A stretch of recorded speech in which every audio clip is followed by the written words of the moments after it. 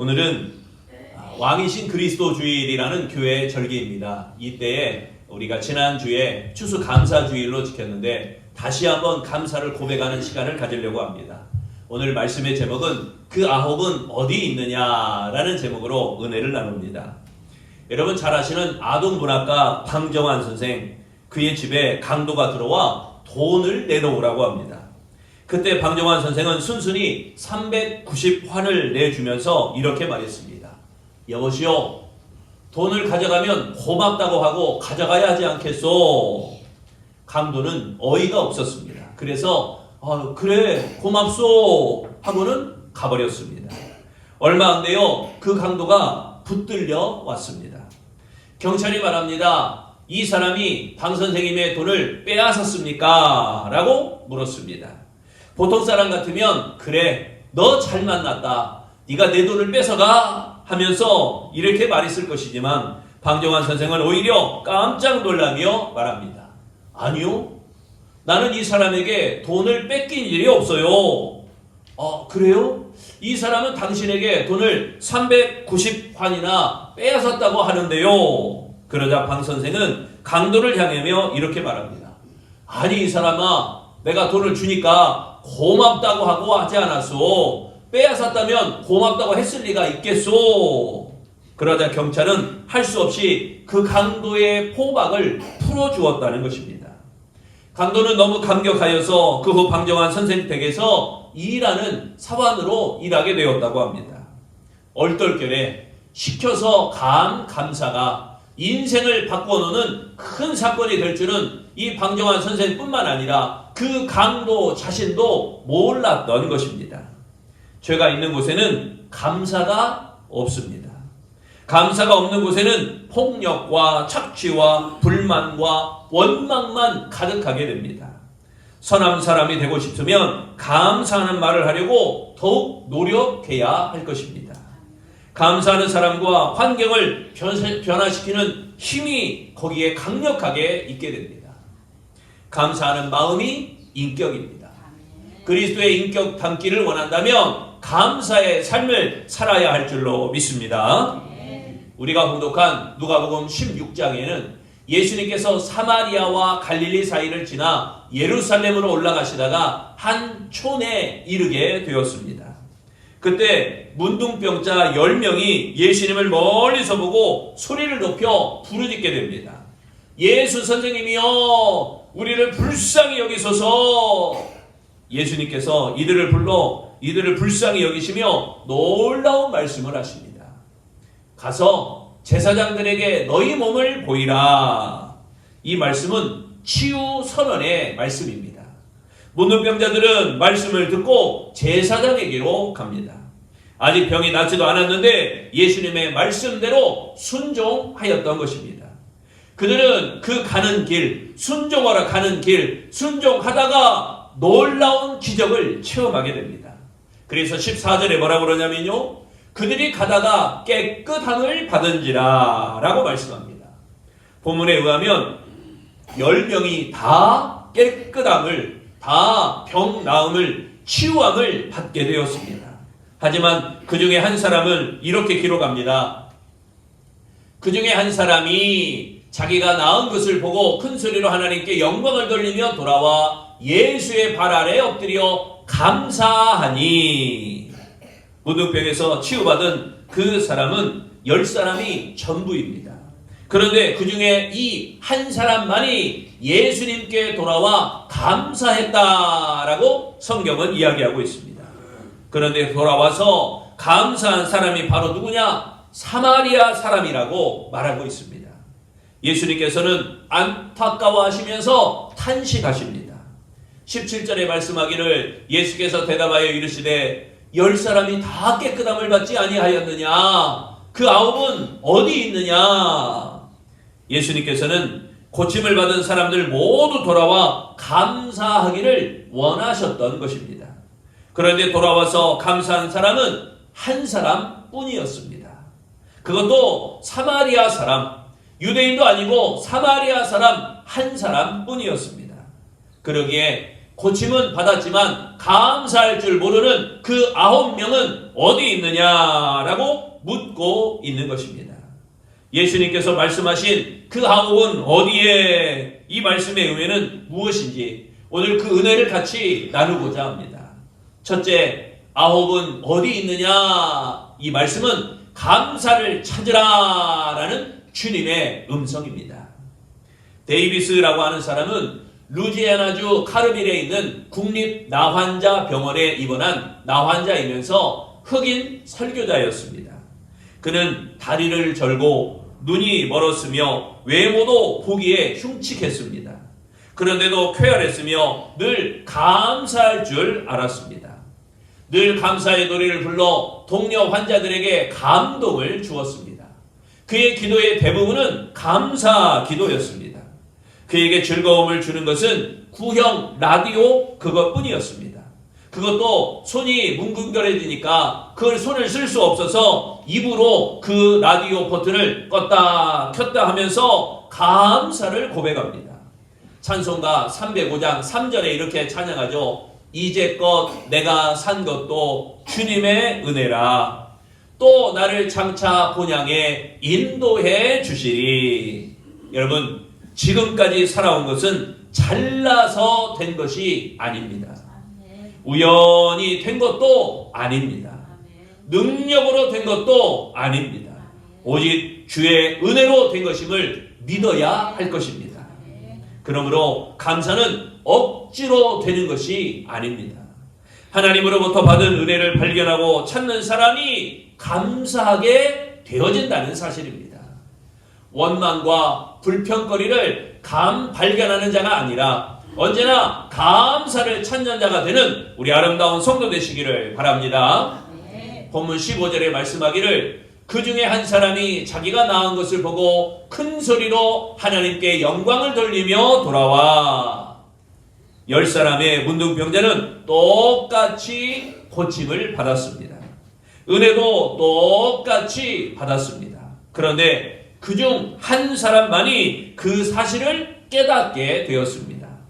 그는 자기가 낳은 것을 발견했습니다. 그 가는 길에, 제사장에게 가는 길에 자기가 이 깨끗한 것을 발견했습니다. 곧 감사를 발견한 것입니다. 하나님의 은혜를 받았음에도 그 은혜를 깨닫지 못하면 감사할 수 없는 것입니다. 은혜를 깨닫고 그 은혜를 발견할 때 더 많이 감사하게 되어집니다.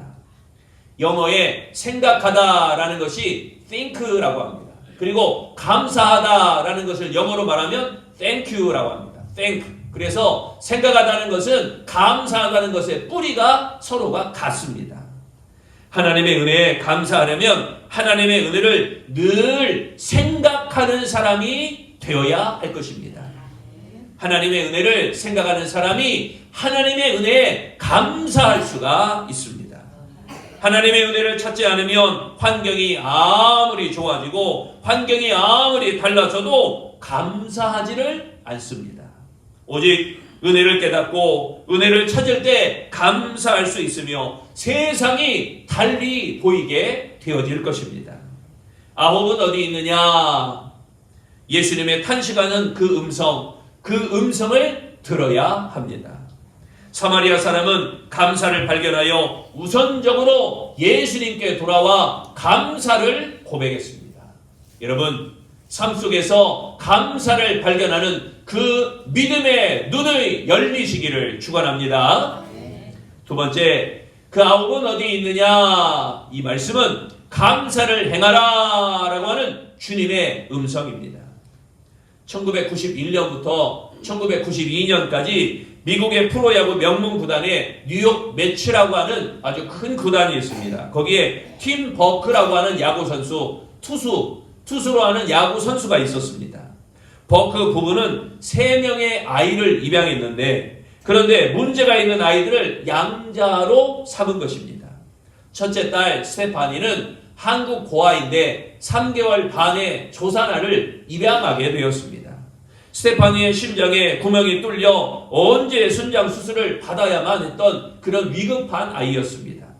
둘째는 아들을 입양했는데 라이안이라고 하는 아들은 과테말라에서 입양한 아이로 그에게는 갑상선에 문제가 있었습니다. 그뿐 아니라 이 아이가 정신질환까지도 앓는 그런 아이였습니다. 셋째는 딸인데 니콜이라고 하는 여자아이, 오른손이 없는 한국 여자아이를 입양했습니다.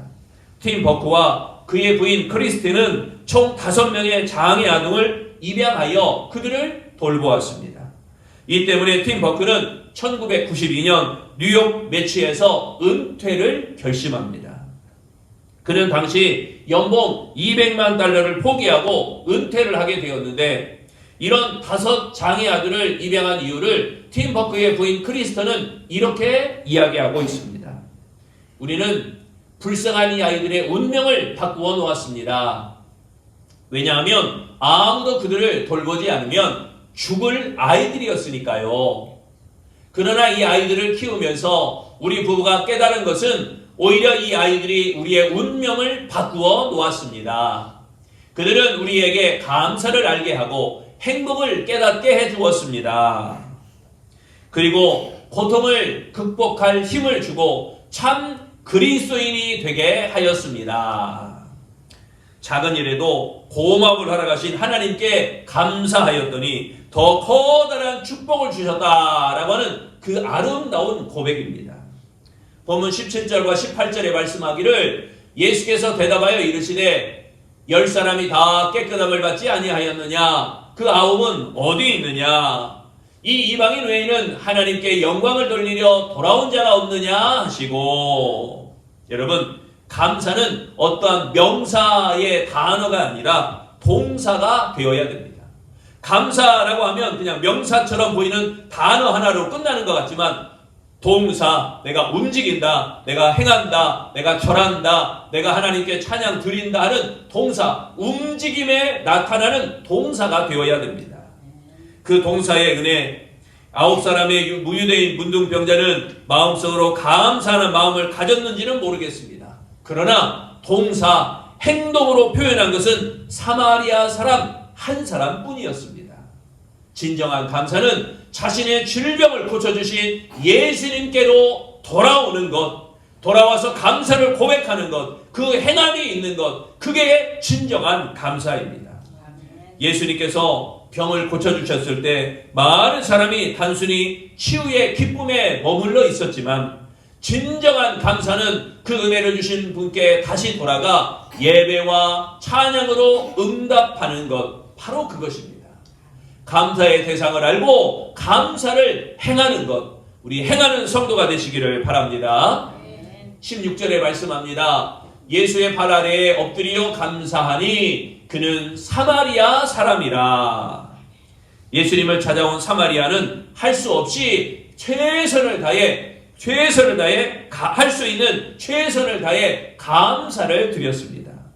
예수님의 발 앞에 엎드렸다라고 그랬죠. 그리고 감사했다라고 했습니다. 여기에 엎드려 감사하니 이 말은요, 유대인들이 하나님을 경배하는 행위입니다.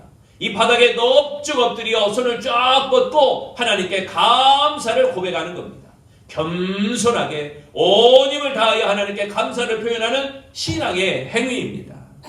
감사할 줄 모르는 사람들은 언제나 자기 중심적이며 자기 생각, 자기 이익에 상당히 빠른 자들입니다. 그러기에 진정한 예배를 드릴 수 없습니다. 그런데 이 사마리아인은 큰 소리로 하나님께 영광을 돌렸고 예수님께 엎드려 감사하는 장면이 나타나게 됩니다. 진정한 예배, 영과 진리로 드려지는 예배, 그 예배를 이 사마리아인, 문둥병에 치유받은 이 사마리아인이 그렇게 하나님께 엎드려 하나님 앞에 경배하고 있던 것입니다. 하나님의 은혜에 감사하신다면 주님 앞에 엎드린 그 사마리아인처럼 감사를 행하는 우리 아름다운 성도 되시기를 바랍니다. 세 번째, 아홉은 어디 있느냐라고 할 때 감사로 돌리라 라고 하는 하나님의 음성입니다. 1969년 이때는 월남전이 베트남 전쟁이 있었던 때입니다. 그때 어느 장교가 지뢰 폭발로 다리 하나가 잘리고 한쪽 눈은 실명되고 양손에 엄지손가락이 하나씩만 남게 되는 아주 장애로 큰 상위 군병이 되었습니다. 그는 낙심되어 몇 차례 생을 마감하고 싶어서 자살을 시도했지만 군 목사님을 통하여 복음을 듣게 되었습니다. 그리고 새로운 소망을 얻고 그 장교는 병실을 돌면서 발 하나도 없고 손가락도 없고 뭐 2개밖에 안 남고 그런 상황에서 병실을 다니며 자기가 받은 은혜를 다른 병 환자들에게 전도하고 있었습니다. 여러분, 내 손을 보시오. 눈과 다리를 보시오. 나보다 더 불행한 사람이 있습니까?